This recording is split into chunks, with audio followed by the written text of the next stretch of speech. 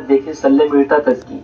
खरं आहे गड्या. आता सांग, लागवड कशी करावी व अंतर कसे ठेवावे? हे बघ, तू किंवा आपण पूर्वीप्रमाणे 2 किंवा 3 बीज लागवड अवलंबतो, पण त्यात आपलं साफ नुकसान होतं.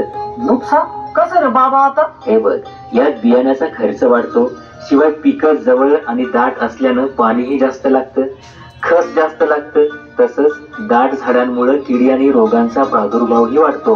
अरे नुकसानच की.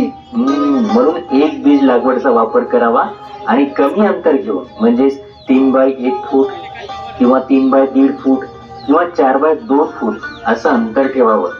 खरं आहे बाबा, माझे डोळे उघडलेच. चल येतो मी. अरे कुठे निघालास? न्यारी तर करून जाय. नको बाबा, मी चाललोय आता BCI च्या सल्ल्याप्रमाणे कापसाची लागवड करायला.